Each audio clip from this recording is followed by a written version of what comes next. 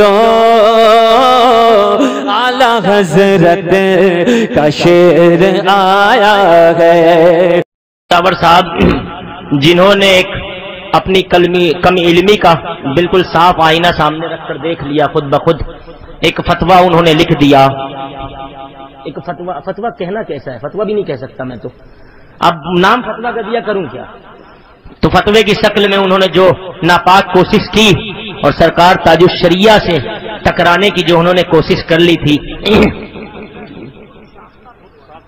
خود ساختہ فتویٰ ہے، میں ہندوستان میں نہیں کر سکتا، انہوں نے خود ساختہ فتویٰ لکھا، خود ہی مسئلہ سنا، خود ہی مسئلہ بنایا، خود ہی لکھ دیا۔ اور اس پر ابھی میں گزارش کرتا ہوں سید صاحب سے کہ وہ حضرت تشریف لائیں تو منقبت ضرور سنائے، دیا 3 موقع میرے اختر نے سماعت کا، دیا 3 موقع میرے اختر نے سماعت کا۔ یہ اگر آپ کے دل میں اپنے کون ہے تاج الشریعہ سے محبت کرنے والا، ہاتھ اٹھائیں۔ الحمدللہ ثم الحمدللہ، میں بھی مرید ہوں، سبحان اللہ، میرا بھی ہاتھ بلند ہے۔ اسٹیج والوں کے لیے بھی کہنا نہیں ہے حضرت، سب شامل ہیں، جتنے ہیں سب نیچے کر لیں، سب تاج الشریعہ کے عاشق۔ اچھا مجاور کے کتنے ہیں بتائیے، کوئی ایک تو ہاتھ اٹھا دو مجاور کے۔ ارے کہاں اما میاں تم تو عاشق ہو، تم کہاں اٹھا رہے ہو؟ مجاور کو نہیں جانتے، کوئی نہیں جانتا حضرت، یہ شہرت کے لیے کیا گیا ہے، اپنی شہرت کے لیے تم نے اتنا بڑا کام کر لیا، ذلت و رسوائی پیدا کر لی۔ مجاور صاحب تمہیں سنابلی کے مسئلے پر بولنے کی کوئی ضرورت نہیں تھی، تم لوبان سلگاتے، اگربتیاں سلگاتے، چادریں چڑھاتے، جو تمہارا کام تھا، اور اگر اتنی شہرت کی ضرورت تھی تو سچے غلام مصطفیٰ بن جاتے، شریعت پر عمل کرتے، تاج الشریعہ کے پاس آ جاتے۔ تم نے یہ کام کیا نہیں، تم نے شہرت کے لیے ایک غلط کام کر دیا، خود ضابطہ فتویٰ لکھ دیا، خود اپنی شہرت کے لیے اپنی طرف سے کام کیا۔ بتاؤ فتویٰ کیا اس طریقے سے دیا جاتا ہے؟